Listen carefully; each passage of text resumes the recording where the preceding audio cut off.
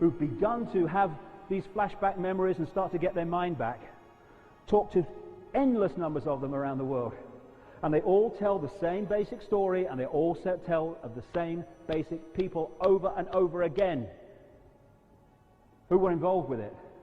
And what they do is they will program a altar with an assassination program to a target victim. And then when the programming is triggered, they will carry out that programming. They will go into a school in Dunblane and blow children away. They will blow someone away that the Illuminati want out of the way. And what they do with assassination programs a lot of the time is they program the front altar to be, as we say, not quite the full picnic. So that when the assassination program is activated and they blow someone away, people who knew them go, yeah, well, he was a bit strange. There was something about it. Yeah, he was a strange man. Oh, he's just a nutter then. End of flipping story. No road back to who's really behind it. And the other thing they do is that they activate back altars to become the front altar when children are abused mercilessly by people like Father George Bush and others. And then when the abuse is over, the altar that experienced it is pushed back in the mind, the front altar comes back, that child does not know what has happened to it, cannot remember. And it's only much later in life, and it's likely to more and more people, that the memory suddenly floods back as the amnesic barrier breaks down. If someone can tell me the difference between a Christian priest, a Jewish rabbi, an Islamic religious person, a Hindu religious person, or anyone imposing their version of life on their children or anyone else at the exclusion of all other information, then I'd like to know the difference. It's just the same state of being with a different dress on and a different name on the door. It is an opposame, not an opposite. And it's the same in politics. I'll give you a great opposame.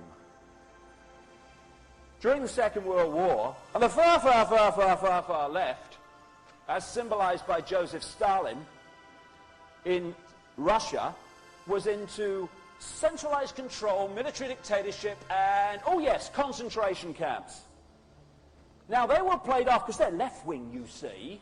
They were played off from the against the far right, as symbolized by Adolf Hitler, and he, of course, was into something very different, because he's far right and he's far left. Adolf Hitler was into centralized control, military dictatorship, and, oh yes, concentration camps. And these were played off against each other, and people still think they're opposites. Tell me the opposite of the fascist mentality of stopping those they don't want to have a public platform from having it. It's the desire, surely, to let everyone have a public platform so everyone has freedom of speech. But when you go to the opposite spectrum of that, you find that. Shut him up! I don't agree with him. Here we have the sun, and the symbolism of the sun is massive in the Illuminati, as you'll see. Here you have the constellation of Orion. Now, lots of people who have investigated in the modern world UFOs and stuff have connected some of these extraterrestrial beings to Orion. Here's a 500 at least year old artifact from Black Africa showing the symbol of Orion. Over here you have what has become known as the Star of David. Again, people think it's a Jewish symbol. Well, the Jewish religion uses it. In fact, it is an ancient esoteric symbol that can be found all over the ancient world, going back as far as you want to go. It seems to be a symbol to do with the fusion of spirit into matter, the fusion of male and female, the fusion of opposites into harmony. Now, in the center here, you have that image, the cross in the circle. That will become very significant as the day unfolds. But here, perhaps the most significant in relation to the Illuminati is the eye, the all-seeing eye. We will see, as this day unfolds, the fundamental symbolism to the Illuminati, all around us again and again, of the eye, the all-seeing eye. So I said to Crater, what's that?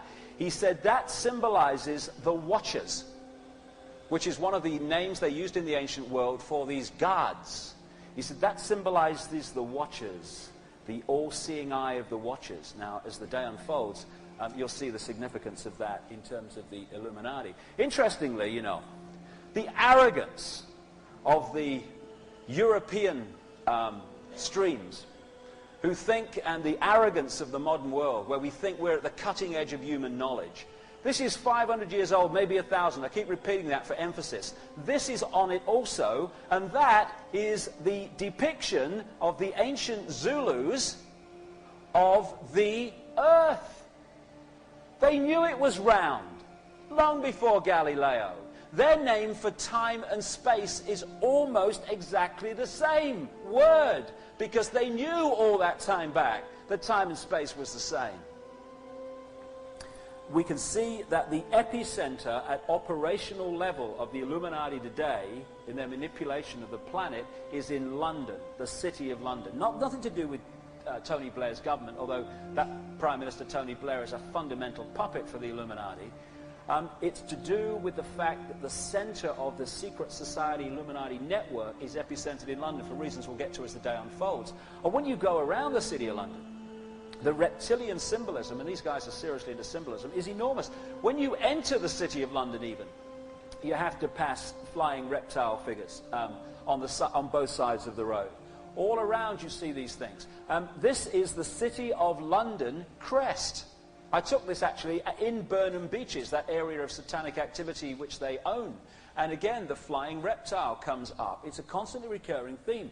And this one is at a key point in London where there are more elite secret societies per square inch than probably any other place in the world. The epicenter of the epicenter. There is a point where the area known as the City of London, the financial district, meets a place called Temple Bar, which is called Temple Bar because it used to be owned by the Knights Templar, who will appear in the story as we go along.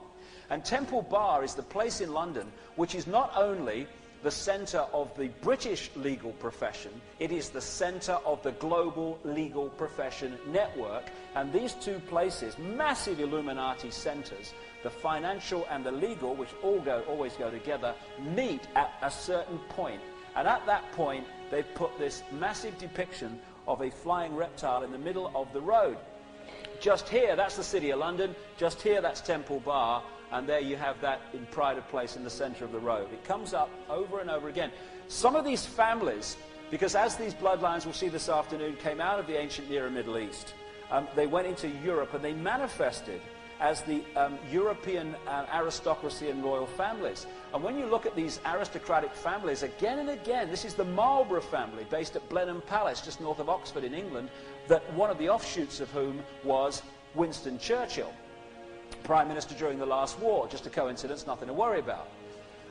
And again, you have the crest, the flying reptile. It comes up again and again and again, over and over.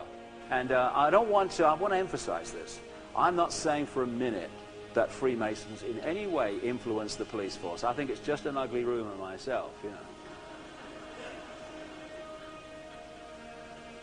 So I'm going to finish this part of the talk by bringing in now an element which has come more and more into my research in recent times.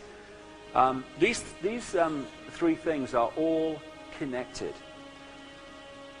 When I started following these bloodlines, again, these ceremonies and rituals and blood drinking went with them wherever I went. And the more that time has passed, the more I've begun to understand how important this stuff is to these reptilian bloodlines. And I'm just passing on, I haven't been there, I haven't seen it, but I'm just passing on what I'm told by people who've been on the inside and seen it. That for some reason, these hybrid bloodlines need to drink mammal blood, human blood, particularly blonde-haired, blue-eyed people, because there's something in that bloodstream that makes it more effective than any other, to hold those mammalian codes open so they don't manifest in their true form. This is the satanic sign for Satan, or whatever name you want to put to that negative, malevolent force. Very simple. This is another example of it. That is what the sign for Satan is in Satanism. Well, how about that then?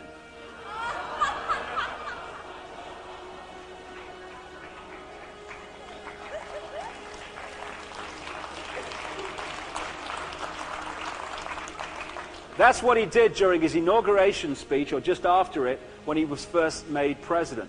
And the number of times, it is extraordinary, you see world leaders at speeches, particularly when they get a great opportunity, when the applause starts, doing that. It's extraordinary, because that means something. And when you go through, somebody went through his speech, one of his inauguration speeches, and the symbolism in it is just extraordinary, when you know in detail what to look for. Oh, Henry looks pissed, doesn't he? This is Doris Duke, a tobacco heiress, American tobacco. She was massively into Satanism. Seems to have done her good, doesn't it, really?